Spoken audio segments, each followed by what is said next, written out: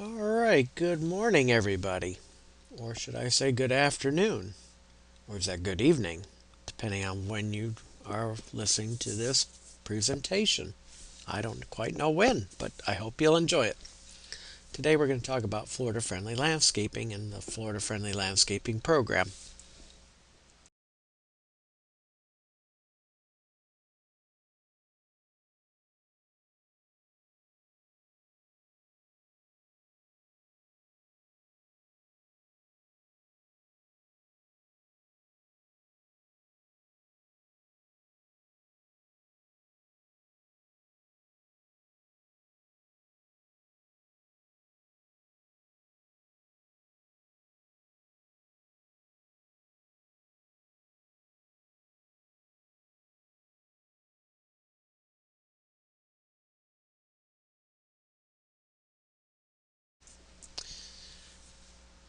What is Florida Friendly Landscaping?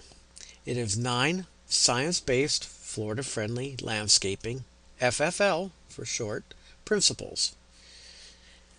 And we'll be talking about those. Advantages of Florida friendly landscaping. What do you think are some of the advantages? Could be less maintenance, could be better looking than a quote traditional yard, yes. Could be easier to maintain, in some cases, absolutely. Could it be more fussy to maintain in some cases? Yes, it all depends on what you make it.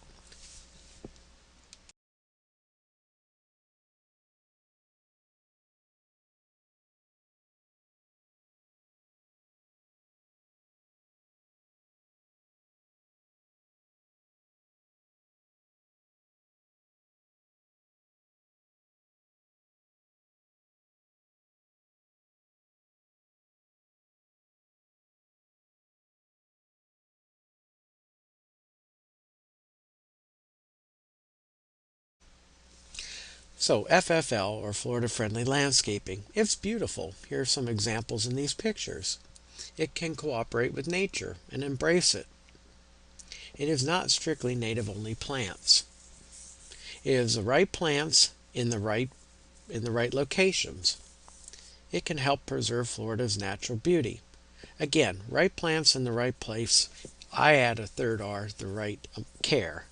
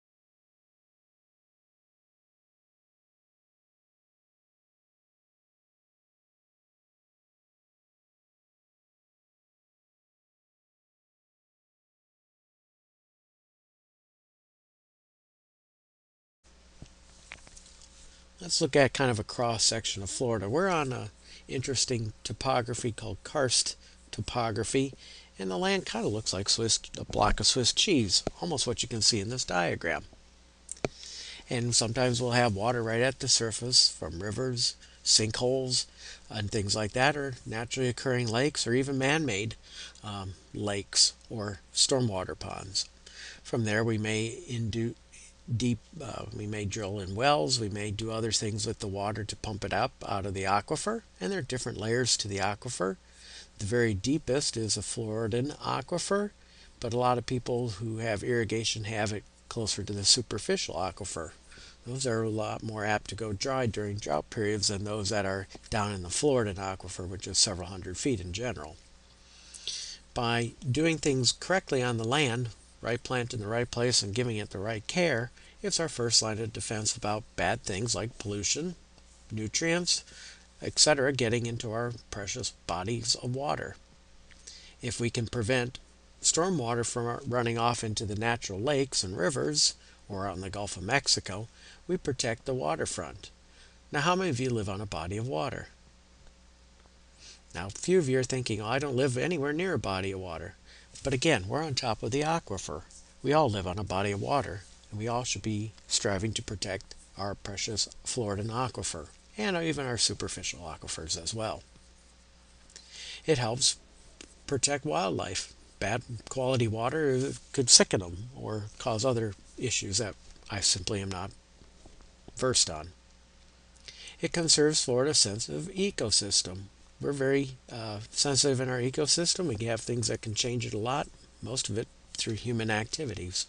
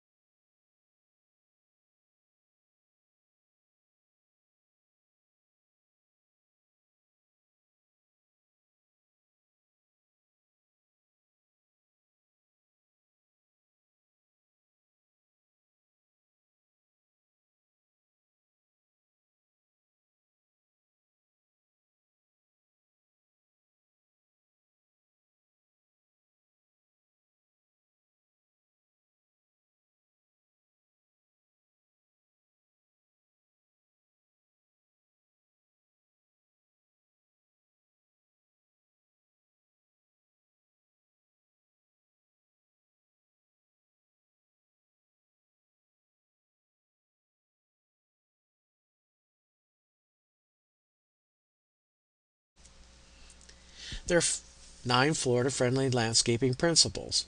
I've already alluded to the first one, right plant in the right place. Now, that's not just a Florida-friendly landscaping principle, that's really a tenet of horticulture. I don't care where you are on the planet Earth. Right plant in the right place. Watering efficiently. Do we always need to be irrigating landscapes? The answer is no. Depending on what time of year is, we may be getting ample rainfall from the sky, um, or we may be getting tropical storm fronts bringing in massive amounts of water, or worse yet, a named wind event like a we won't use that word in this class, and we hope that we dodge those bullets. But a lot of people kind of have that set it and forget it mentality when it comes to watering. I can only water once a week or twice a week if they're on reclaim, and they set it to go off click, click, click, just like clockwork, whether the plants need it or not. That's not efficient irrigation. Conversely, during periods of drought, we may need to water our landscape plants, even sometimes Florida native plants. Fertilize appropriately. Fertilizer is plant nutrients. It is not plant food. We'll talk more about that in plant nutrition at another day. But again, some people get over-reliant on fertilizer applications to be the fix for all the problems in their landscapes. So, first 3 principles, right plant, right place, water efficiently, fertilize appropriately. These are some important things to keep in mind for future.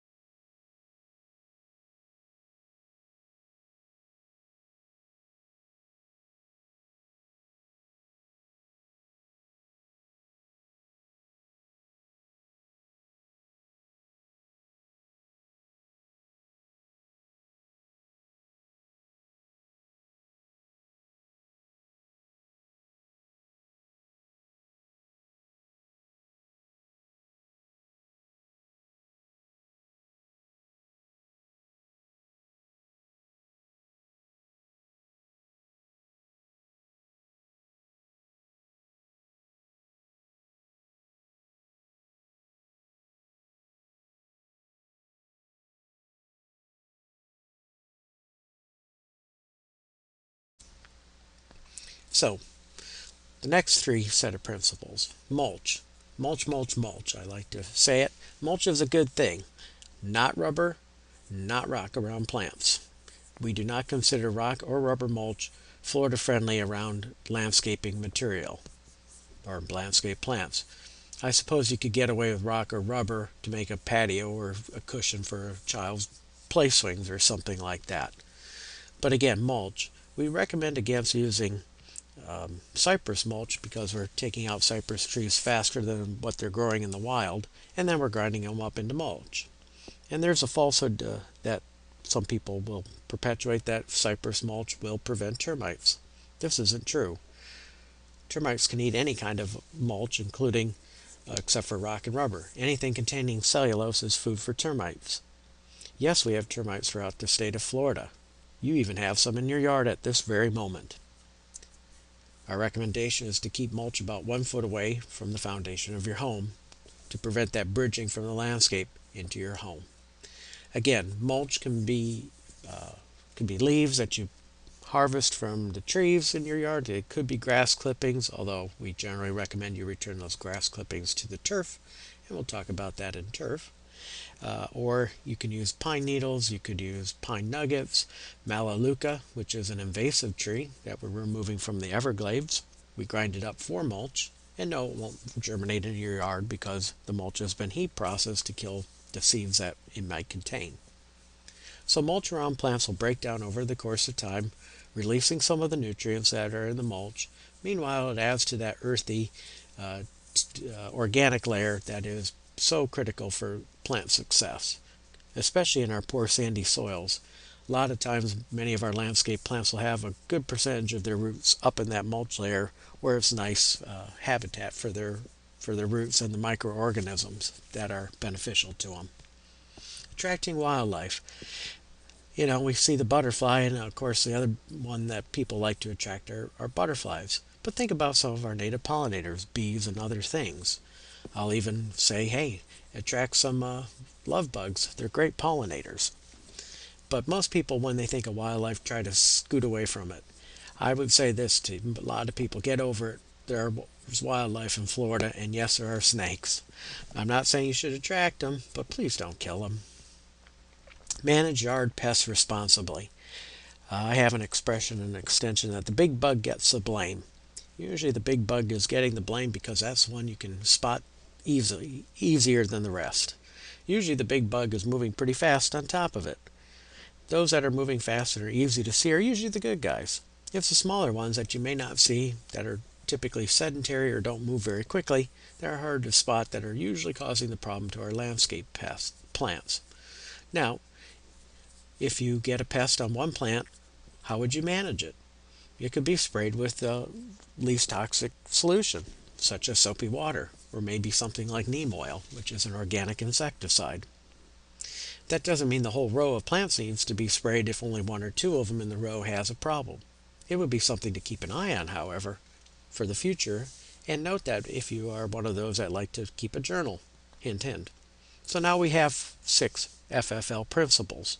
These are some things you should keep in your mind, Master Gardener newbies.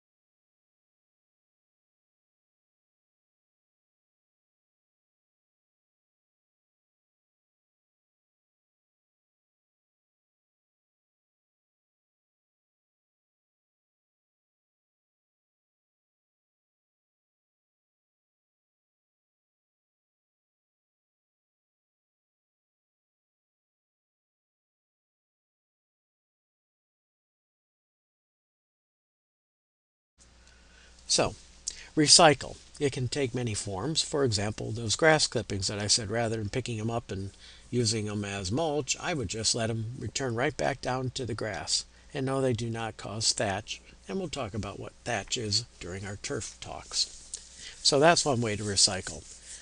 Taking those falling leaves from your neighbors when they have those big puffy bags alongside the road in the spring, you can grab those and use those as a mulch rather than going to the store and mulching. Managing stormwater runoff. This is probably the hardest thing for any of us to do in our own home landscapes, but capturing rainwater in a rain barrel is one way to reduce or manage stormwater runoff. Some people will create rain gardens or swales or depressions in their yard to slow down the water erosion effect. Here we go, and principle number 9 is protect the waterfront. And that doesn't mean just those people that you can see in this road here. They're out in practically a barrier island. But again, all of us live on some body of water, whether it's directly like those folks in the photograph, or us who are more inland and who are on the fragile karst topography and our wonderful, large aquifer.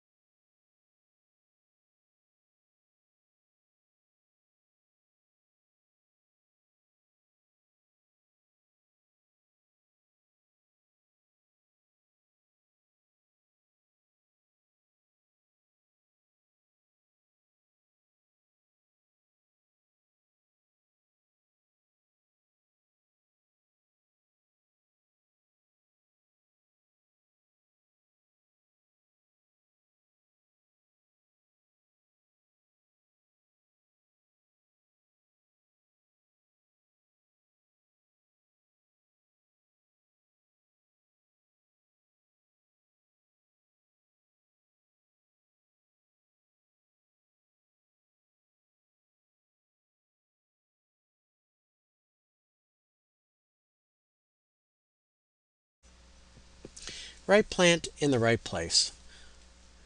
Uh, what's the right plant in the right place? I'm amazed at how many people come into my office and I will say to me, I need a large plant for whatever reason, a hedge. I'll say, well, how big is large? 5 feet. I said, oh, that's small.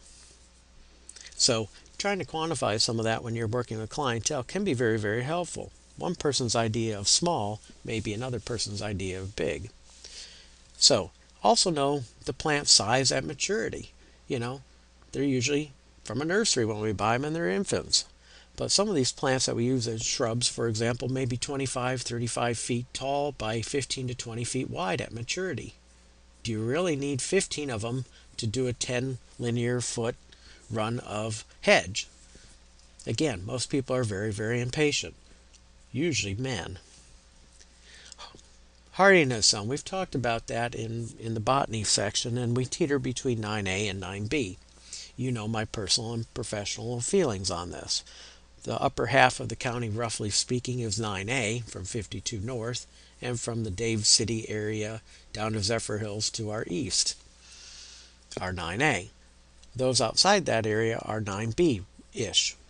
And the closer one lives to the water, the Gulf of Mexico, the warmer it may be.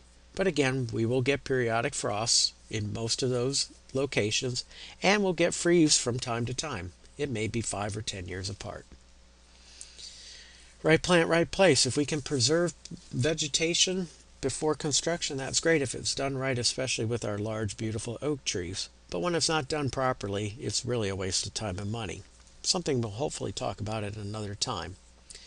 Also, right plant, right place is what does a homeowner want out of the plant? Are they looking for butterflies? Are they looking for birds? Are they looking for a lot of flowers, a lot of color, a lot of texture, less maintenance, more maintenance? Very rarely do you hear, oh, I like maintaining a lot of fussy stuff. But a lot of people want a lot of flowers and a lot of color, and it can be very difficult to balance all those forces of low maintenance with fast growing plants that some of them want.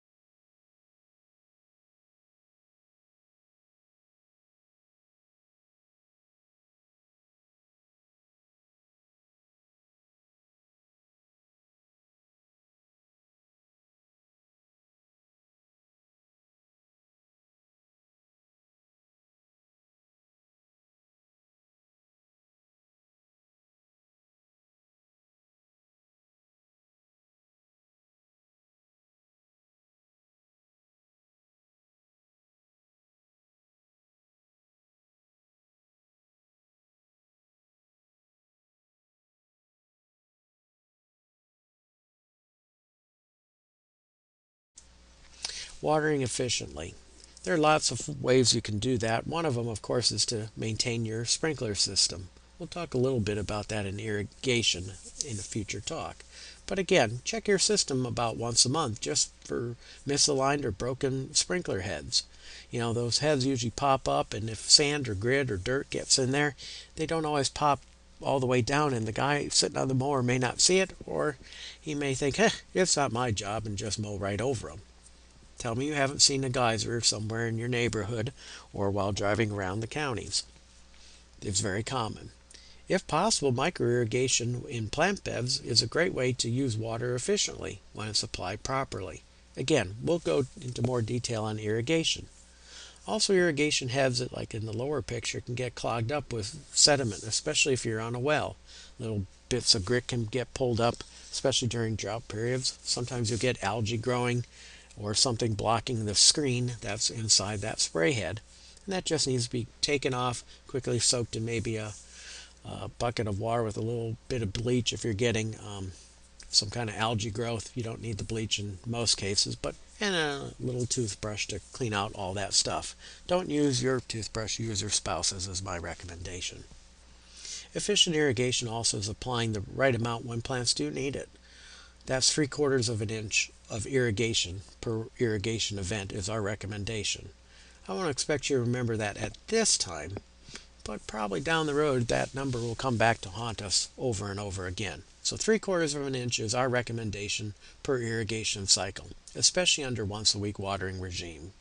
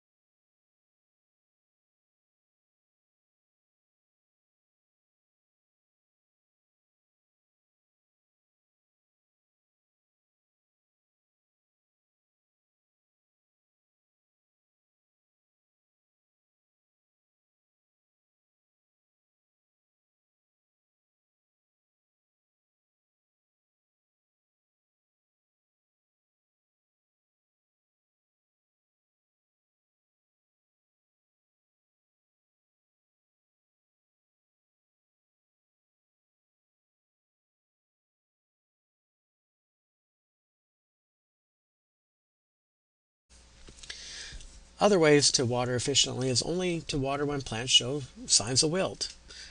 Those patient Lucy's, impatiens, as you like to call them, folks, they'll start to kind of get droopy and down and not look so perky because it's the pressure of the water against the cell wall that holds it rigid or turgid. And we'll see that in many plants starting to wilt. Now, don't confuse heat wilt. Usually plants at 2 o'clock, 3 o'clock in the afternoon don't feel so fresh. They're hot. They can't absorb the water faster than what they're losing it through those stomates. So usually they'll pop back as the heat of the day passes. It's in the morning when you get up and the sun is, just starting to wake up itself. And if you see those plants wilted, they definitely need a good drink of water. The upper picture is turf grass. Here it's rolling or folding lengthwise, kind of like a cigar. It's rolling in half. That's a way to conserve moisture in turf grasses. Don't water if we don't need to water if rain is being forecast in good abundance a day or two ahead of our irrigation events. It's amazing when people say, well, but that's my day to water. Yeah, but we're supposed to get 4 or 5 inches pretty likely from that almost named storm. I'm surprised at how people think that, because it's their day, they have to, knowing that rain is around the corner. Follow county water restrictions. We'll talk more about this in irrigation, but each county has to either follow the Southwest Florida Water Management water restrictions or can be more stringent than the Southwest Florida Water Management restrictions. Pasco County, about 2000, 2001, somewhere in that time frame, faced with severe drought at that time, it enacted a stricter ordinance for landscape irrigation and made it permanent. We currently can only water with a potable water or well water once a week in Pasco County. Those people on reclaimed water, that's water that has been processed and came from, our toilets and our taps and our showers and what went down the drain. It's been highly cleaned and can be reused again on landscapes. It's a good way to irrigate with less than perfectly drinkable water. And that's restricted to twice a week. Another great way, and we'll talk more about this in irrigation as well, is to install a soil moisture sensor, the thing at the lower picture, that is actually monitoring the moisture in the soil, or replace rain sensors. Your rain sensor, as the middle picture shows, is only good for about 1 to 2 years before it fails. Oh, you didn't know that? Yeah, those little rain sensors that cost about $15 or $20 only last between 1 to 2 years before they fail.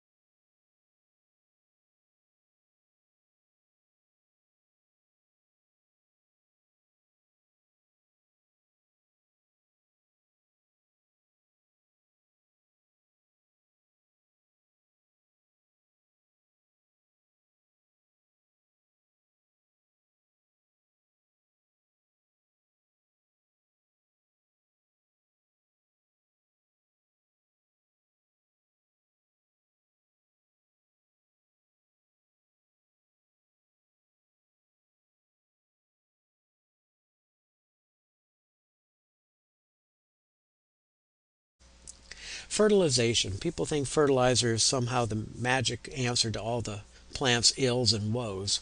Generally speaking, adding fertilizer to plants that aren't doing well is only going to cause them to further decline.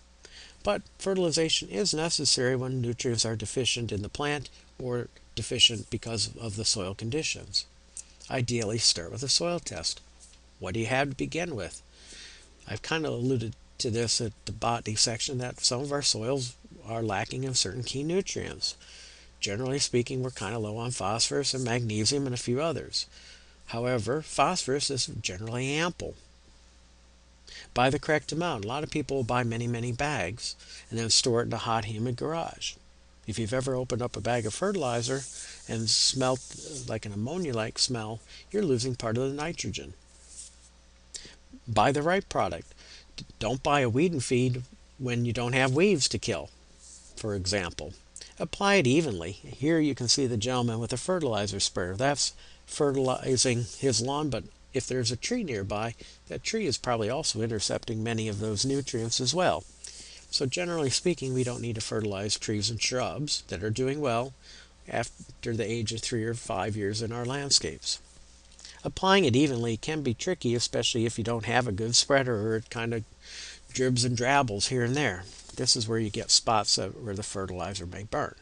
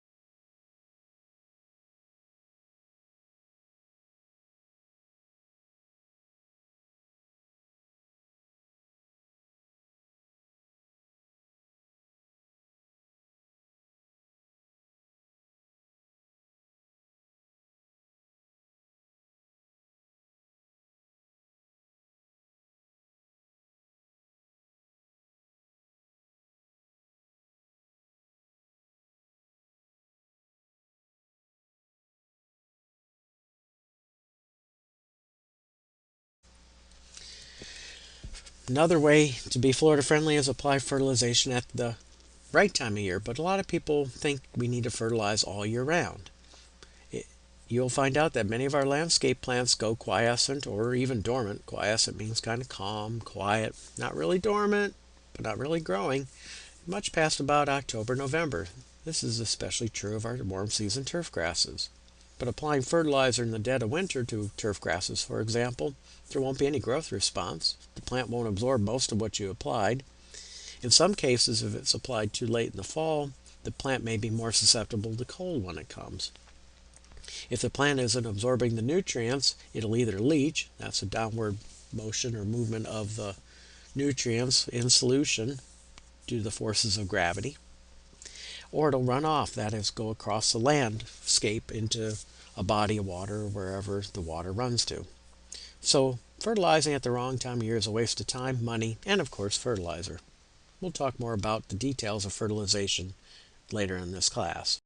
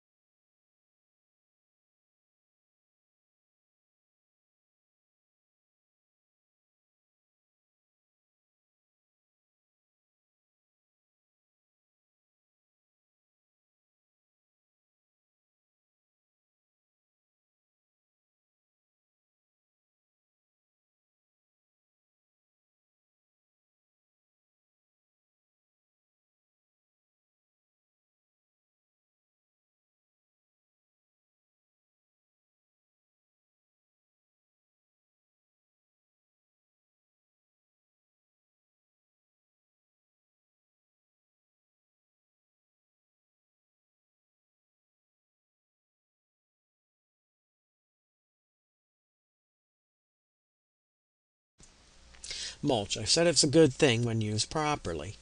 It retains soil moisture. Again, in our sandy soils, that is very, very helpful. Also, a layer of mulch will help kind of slow down the rain as it comes speeding down from the sky and cause the water to spread out more evenly across the plant root zone. It also suppresses weeds. Certain types of mulch does better at this than others. Part of that is they have allelopathic or naturally occurring chemicals that can suppress weed growth. The best one of them with allelopathic chemical properties is Melaleuca mulch. Again, I mentioned we don't recommend cypress mulch wherever possible because we are harvesting the trees faster than they're growing. Now, not the upper picture. That is demonstrating how we want to keep mulch away from the stems of plants by pulling away a couple of inches. But it's the middle picture with the reddish colored mulch, and it looks like a big heap of mulch around that poor old, I don't know what kind of tree that is, but we call that volcano mulching. And I'm not sure exactly where this started, but it is getting very pervasive throughout Central Florida and parts of the country. I guess if a little is good, more must be better. Actually, that poor tree will probably start rotting near the base and eventually die. Also, we see here rocks in that lower right hand picture around plants. Now, these are plants we do not grow here. Those are hostas, very good northern master gardener trainee newbies, but it was a good picture to contrast rock and rubber mulch used around the plants. Yes, it looks kind of neat and tidy and pretty, but those poor plants are going to be cooked, especially in Florida, with rock and rubber. That gets extremely hot, hotter than asphalt in some cases. And it also doesn't retain any soil moisture or break down to become a nice organic layer for plants to grow in. So rock and rubber around plants is verboten in a Florida friendly landscape. Oh yeah, adding more mulch there too.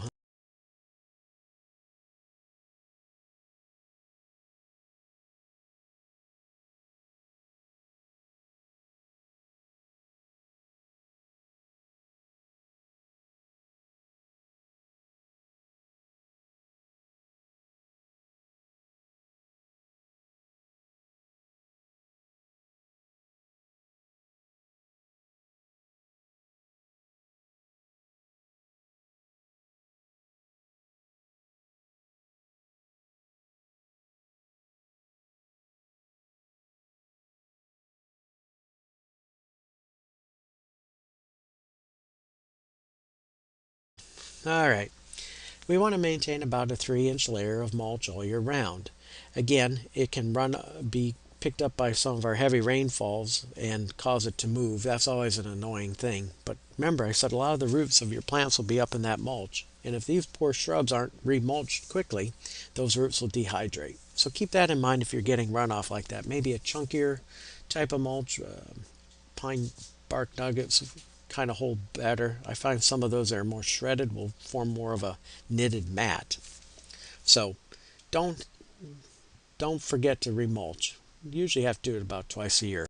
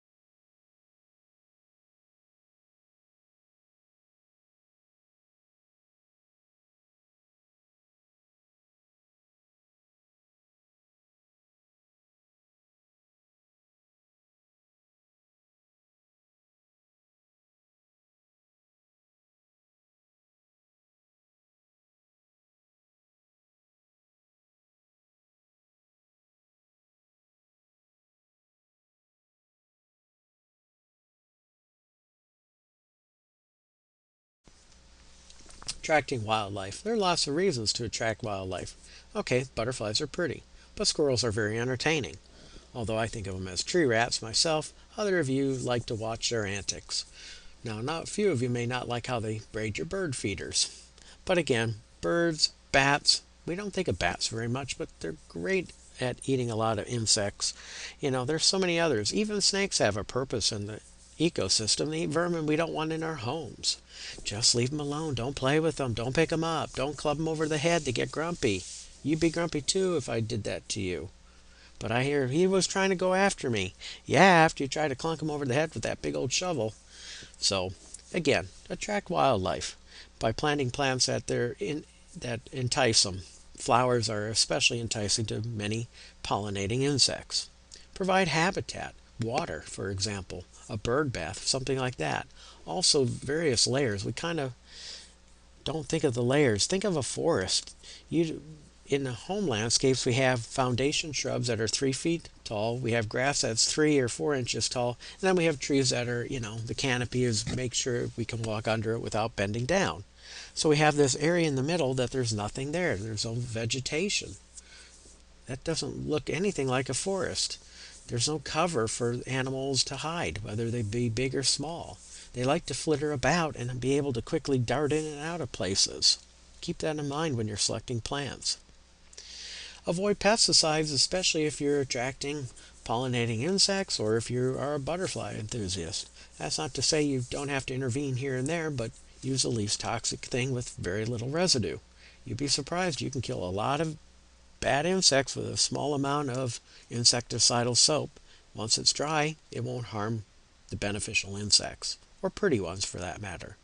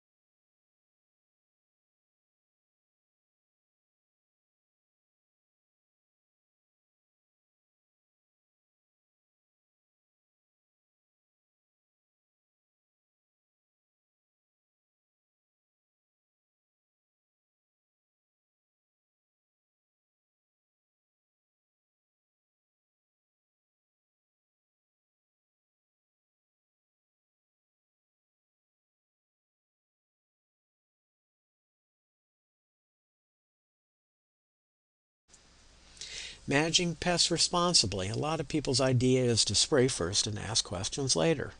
That's not very Florida friendly. Figure out what it is. Use an integrated approach. We call it IPM, Integrated Pest Management. Smart planning. Know what insects that particular plant is going to get. If you plant a peach tree, yes, you can have a peach tree in a Florida friendly landscape, but no, it's going to be plagued by a bunch of insects wanting to go after the fruit or a lot of diseases that want to go after the leaves.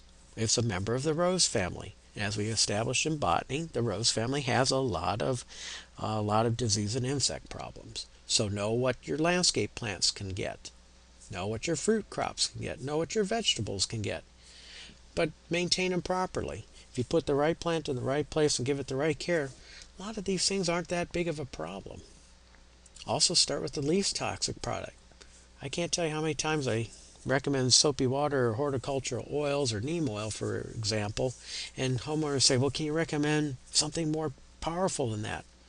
They kill, what I just mentioned, kills insects dead. How much deader do they need to be, people? Think about it. Let's start with the soft stuff first. If that doesn't work, then we can maybe go up the chain.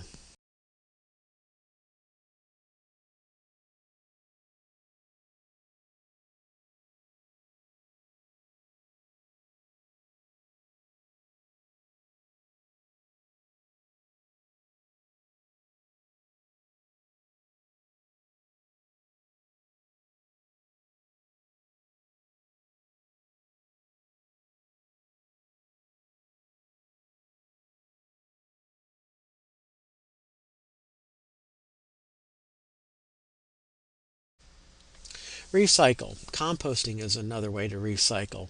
I do it with worms in my backyard. They're great little pets. They're awfully quiet too.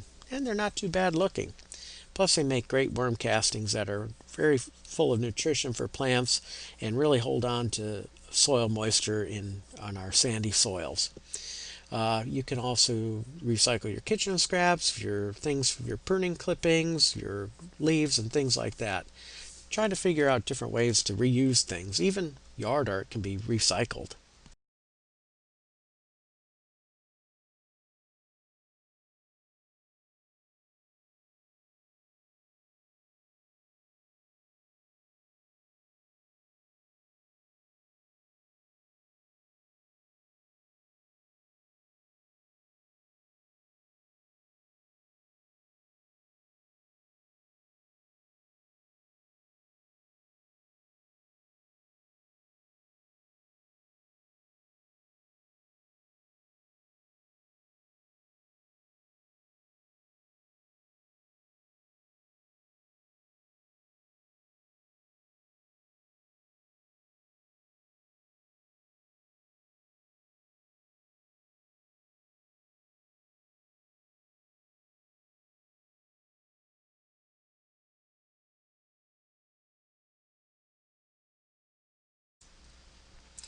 Stormwater runoff. Well, there's a lot that we can do about it and a lot we can't do about it. When you get thousands of gallons coming down out of the sky in a short amount of time, we can't keep it all on site, but we try our best. But if you have a car that's leaking oil, get it repaired. Sweep up put down the kitty litter and then give it a bit of time to absorb the oil. Or if you spill antifreeze, for example, try to get that up. If you are fertilizing plants, keep it off of impervious surfaces. You know, blow it back into the landscape if it's a few granules of fertilizer with a leaf blower. If you accidentally, where you're trying to get it out of the bag and it pours out, sweep it up and put it right back into the hopper. It's okay. If you can use porous surfaces for driveways, walkways, patios, great. Not all of us can do that, but some of you may be able to.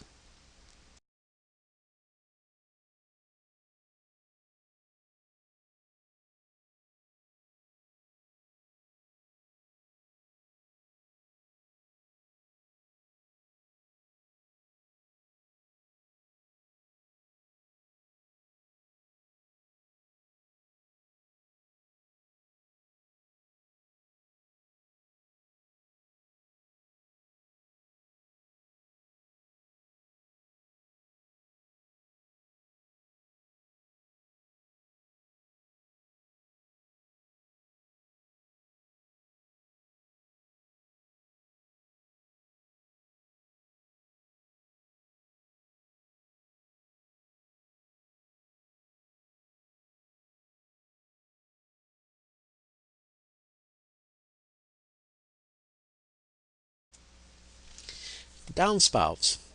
That's one way to manage stormwater runoff. Duct it into a landscape bed. It waters the, the foundation plants. I see so many of these routed right onto the concrete driveway or patio or some other impervious surface. That's just going to zoom across that impervious surface with nothing to intercept it or help mitigate what may be in that stormwater. Remember, water is a universal solvent. Rain barrels. I give rain barrel making workshops throughout the year. Maybe you'll be in attendance of one. You can make your own, you can buy them. Ones you buy from a home improvement center are awfully expensive, but they can look a little nicer than the ones we sell for about one-third the price. Again, if you do get into rain barrels, one thing to remember is those rain barrels weigh about 450 plus pounds when full of water.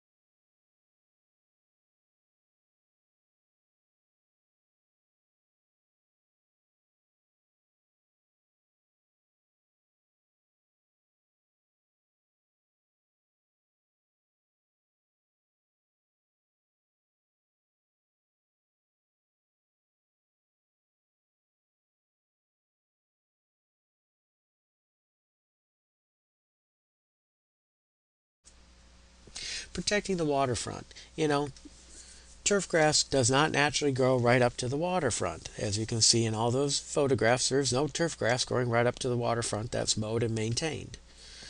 If you can, put a buffer around those kind of bodies of water, these stormwater retention ponds that are common in many neighborhoods. If we can keep the grass back and put in some other plants to intercept the nutrients and any pollutants, that would be great.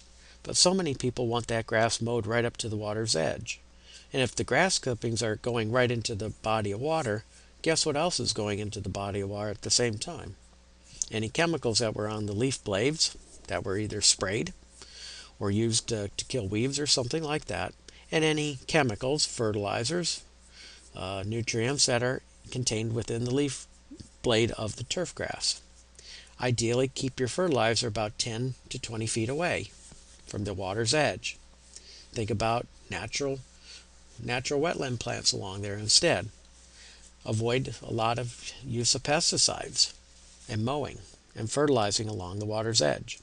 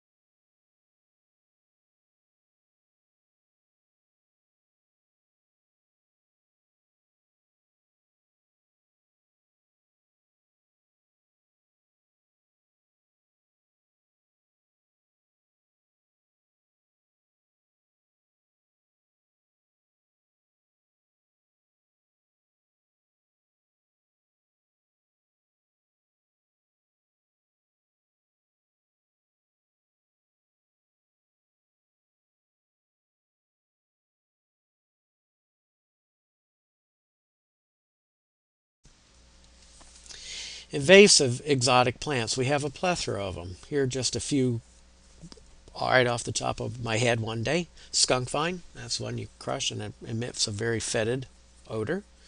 Air potato, that's a nasty one. That's what's in the photograph here. Chinese tallow tree. Again, many of these plants were brought here to Florida for some reason. Air potato was for ornamental vine. Chinese tallow for shade tree. Skunk vine was for stabilization of soil. Brazilian pepper, it's another common name for it is Florida holly. Funny thing about Brazilian pepper is neither from Florida nor is it a holly tree. It's an invasive exotic, but it was brought here for its horticultural interest. It has green leaves and red berries if it's a female, because it's dioecious. You remember that term, right? It's dioecious, and the females bear red berries right around the Christmas time.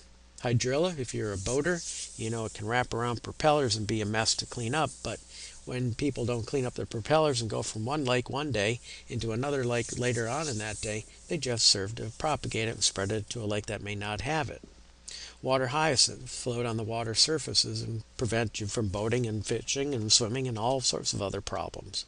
Those are just a few of the potential, many we could talk about in this class.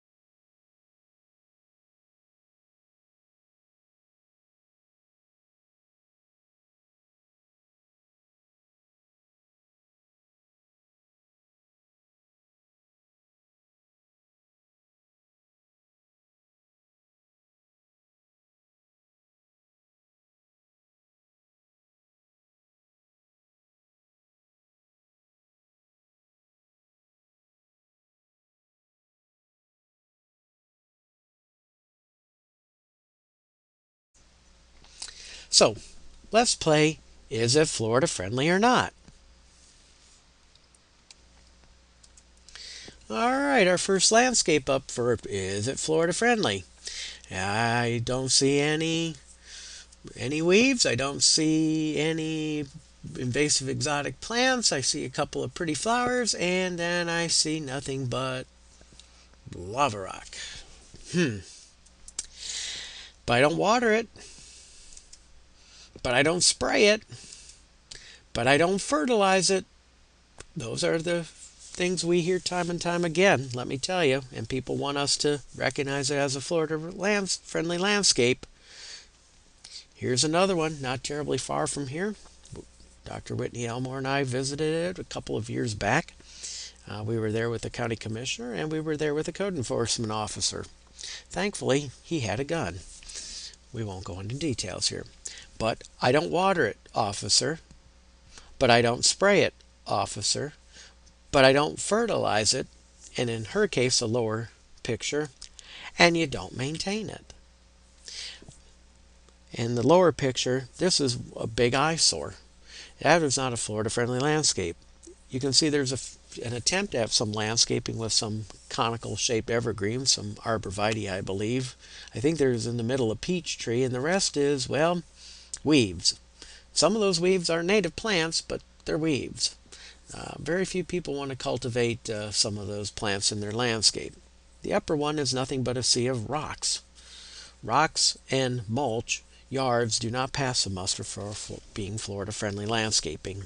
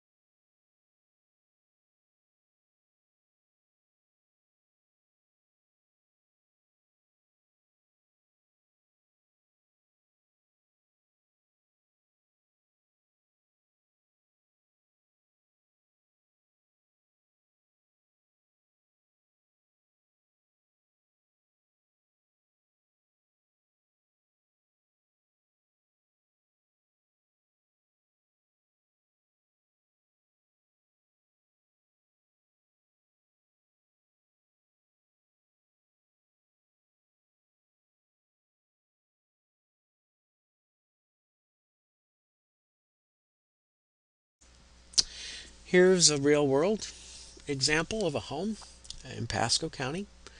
Sorry, I had to blur out some things that may identify the person. And we can see his garage, and it's nice and neat. Driveway is nice and neat. We see the front yard. We see an oasis of purple leaf plants. Like, hard to tell exactly what they are. Maybe I see a nice Washingtonia palm, another smaller Washingtonia palm. I see a couple of shrubs up near the front door. I see a little bit of a raised bed with some kind of shrub, and I see something around that stop sign. Okay, maybe not the greenest of places, but maybe this photograph was taken during the winter months when our turf grasses can turn brown. So let's look at it from a different angle.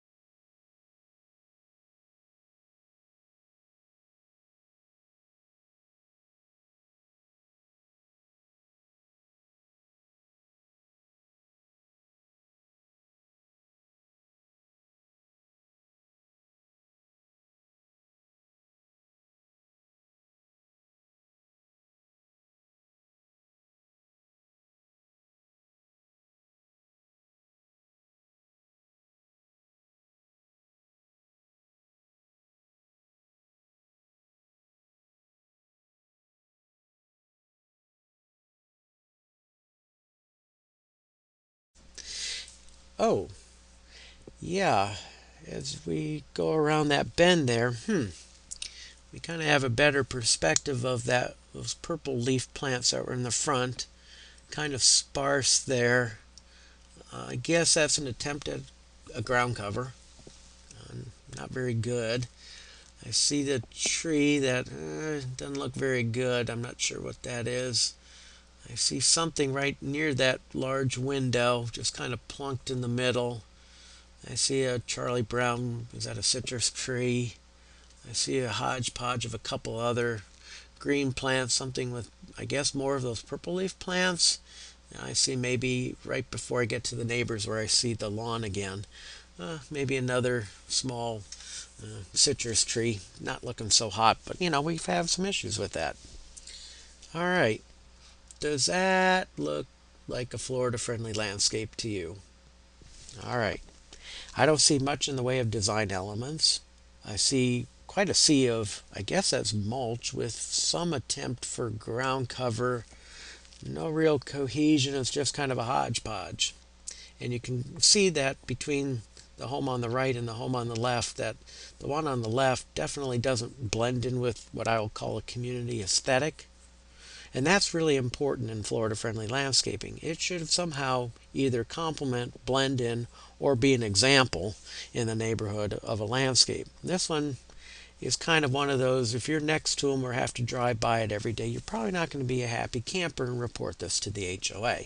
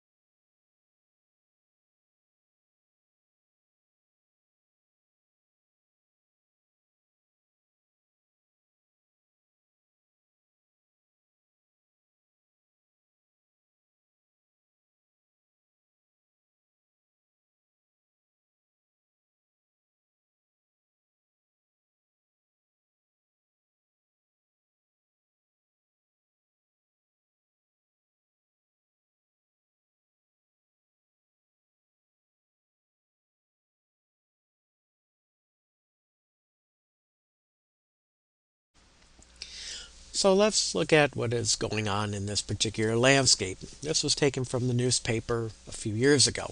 All Mr. B wanted was a lawn that was less work for him and took less water to maintain. That set off a battle that lasted 6 years and generated two lawsuits and cost him at least $15,000. In 2009, he replaced his thirsty St. Augustine grass with Florida friendly lawn. That's what the news article says. In 2009, he replaced his thirsty St. Augustine grass with a Florida friendly lawn, which began with a $780 layer of mulch. That doesn't sound like lawn, that sounds like mulch. That turned Mr. B's lawn into ground zero in a battle with Homeowners Association, his HOA. Today, this is August of 2015, he is still fighting, and his lawn is still largely mulch. Well, he didn't replace his lawn with lawn. That's okay. You don't have to in FFL landscapes. You can do other things. However, replacing it with nearly $1,000 worth of mulch and a hodgepodge of plants, I can see where this is going to be a bone of contention, especially when you sign into an HOA type community. An adjunct professor of an HOA law at Florida State University said homeowners attempting to install Florida-friendly landscaping are in the right, as long as they are within the specific guidelines of their association. This is very key. If you live in an HOA type community, you have signed on to maintain a certain aesthetic and agree you want the HOA board and the folks that represent the HOA to enforce such a standard.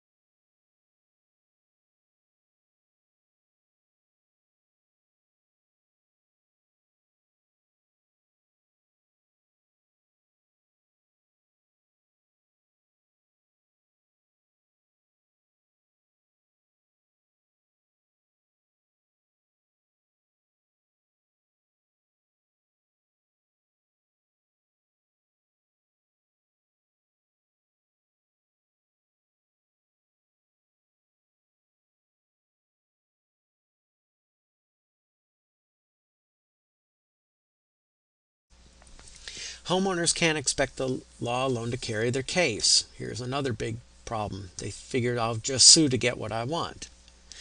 In the vast majority of cases, these are disputes that arise without the guidance of an expert on either side. So the blind leads the blind into what the law is or isn't, is what that kind of says. The only way to avoid these expensive legal disputes, and they can be more than 15,000, I've heard tens of thousands more than this for the record, is for both sides to have all the details in writing before associations enforce anything. Here's a couple of problems that happen. Some HOAs don't have very good guidance or rules or regulations on landscaping. Other times people assume, well, the FFL law, because they're hoping the law alone will carry their case, they go in, rip out the lawn or all the landscape, put down a layer of mulch and put in a few plants willy-nilly without getting the approval in writing from the Architectural Review Committee. Just the other day I got an email from somebody wanting me to clarify the law. I'm not a lawyer to do so, but I can tell you the law does not tell you who can put in Florida-friendly landscaping, meaning a professional or amateur. It does not address the use or disuse of any turf grass. It does not talk about how to design a Florida-friendly landscape either. It just allows you to do Florida-friendly landscaping. Now, some of you are listening are going, that doesn't sound like a very well-written law. There's a big part of the problem. But if you ever get in the middle of but my HOA and somebody needs to come out and tell them, please talk to Whitney or me before you go any further. We don't want to get in trouble. Let me give you a side note. I got a phone call from Mr. B about 1 week after I started here in Pasco County. Now, I kind of vaguely knew about him because it made the papers.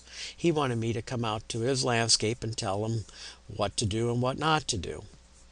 I refused to go out there because he told me he had a settlement. And I said, well, what does the settlement say? He said to me, I don't know. I said, well, then if you don't know, you need to talk to your attorney. He said, well, I've been trying to talk to her, but she won't return my phone calls. That's a huge red flag right there that this has gone beyond what extension can do for education. He wanted somebody to be an intermediary between him, a lawyer, HOA, and who knows what else. I refused to go, and I won't go into great details, but another colleague went. That colleague got deposed in court. We don't want that to happen to any one of our Master Gardener volunteers, Whitney Elmore or Jim Mull, for the record.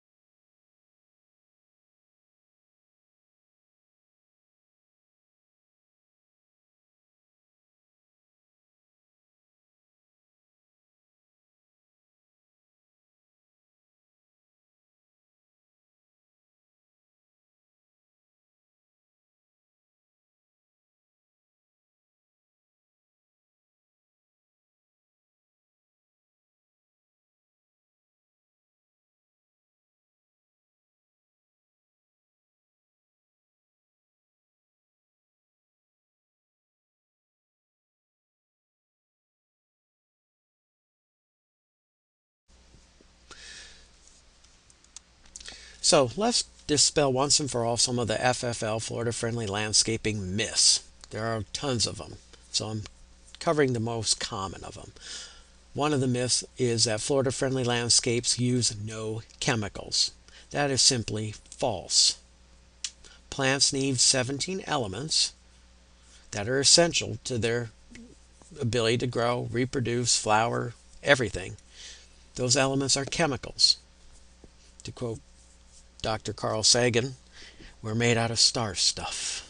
I loved how he would understate things from time to time in a very interesting way. So they need those 17 essential elements, chemicals, in order to live. You might have to control insects in a Florida-friendly landscape. Even native plants can get sick and be targeted by insects. You also can have disease issues on Florida-friendly landscaping plants. This means chemicals, even if they are organic. This is a big disconnect. Organic gardening will use chemicals because we're all made out of star stuff. But organic pesticides do exist, and they are employed even by organic gardeners in an organic way.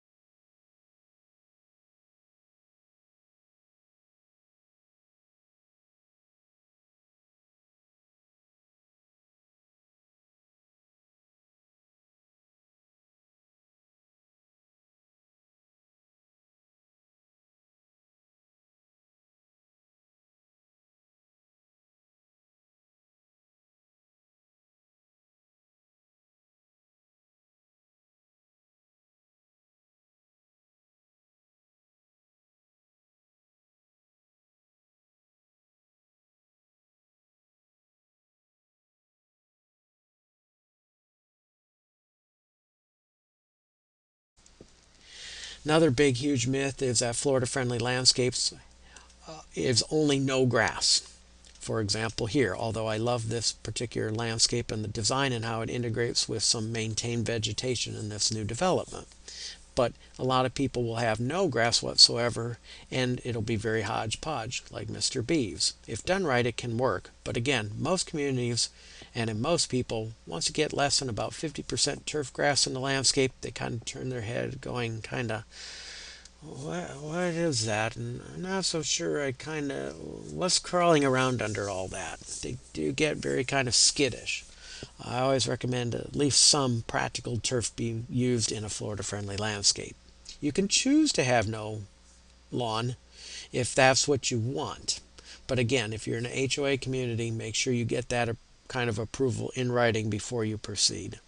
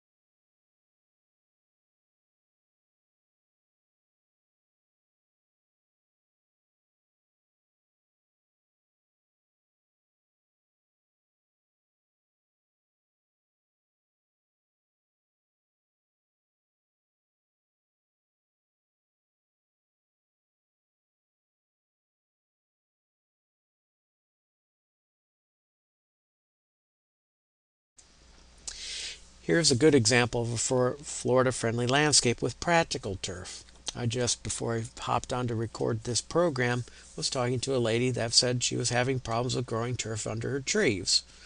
Hello. She was also told because she knew that the previous owner had resodded it a couple of years ago. Hello. What is this kind of telling you? There's some reason the grass won't grow under your trees. That's because their light is too low. And then I hear the argument all the time, but my neighbor has a tree and it grows fine. Well, how big is the neighbor's tree? Which way is this facing? North, south, east, west? What other obstructions are there? Are there homes? How are the shadows from other trees? Is it sunny enough year round, not just a few days out of the year to maintain turf? And here's a good example of a home and a homeowner that had to get rid of the turf around that big tree. I can't tell what kind of tree that is, but it doesn't really matter. We can see the shadows in the background, and apparently there's enough light shifting around to maintain a very nice quality of grass in those areas. But up closer to the tree, the light was too low, and they ripped out the grass, neatly made a bed, a very pretty bed, put in some very interesting, colorful bromeliads and some other textural elements, and they even put in some impatience, excuse me, and added a lot of color. I don't think any HOA board would turn down plans for removing turf and putting something like that in, and instead, when you do it right.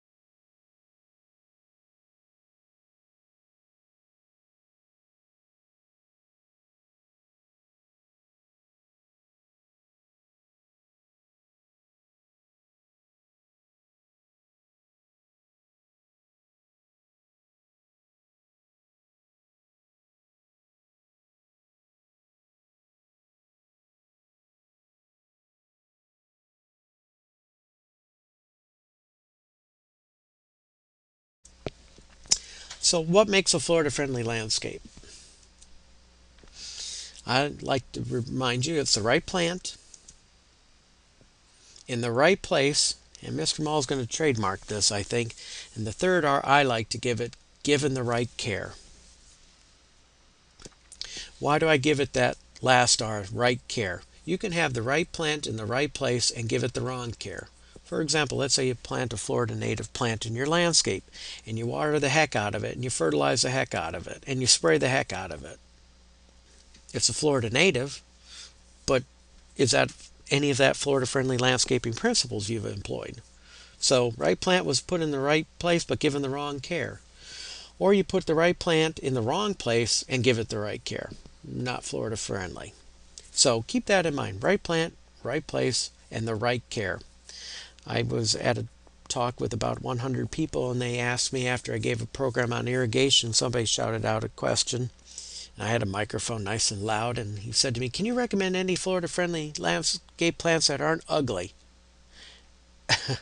And I had a chuckle like that, a little louder than that, booming over the PA system. And I said, okay, this is where a lot of people have gotten the wrong idea. They think they're scraggly, nothing looking plants. You can have roses if they're the right plant in the right place and you give them the right care. It can be a Florida friendly plant. You can have turf grass if it's the right plant in the right place and you can give it the right care.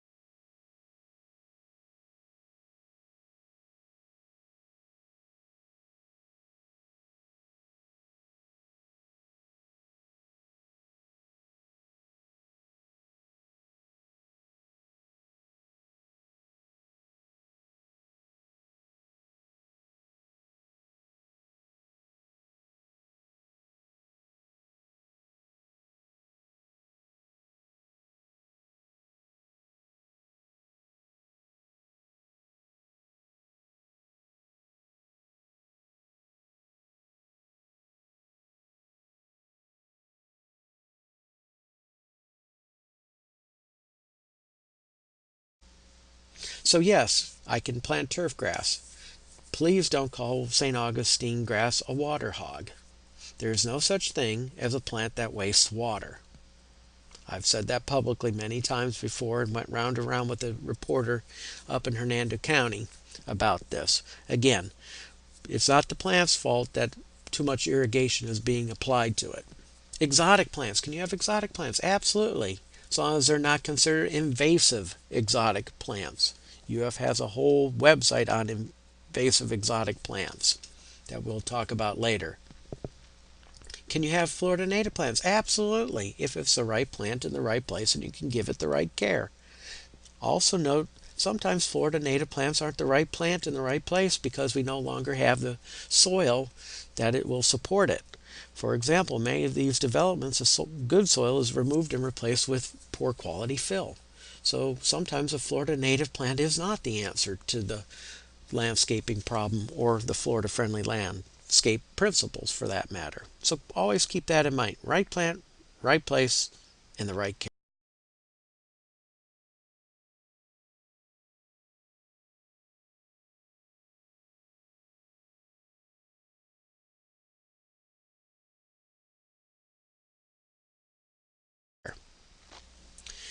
Florida friendly landscapes can make the difference. The future of Florida water and the natural ecosystem begins outside and at your door. Be part of the solution.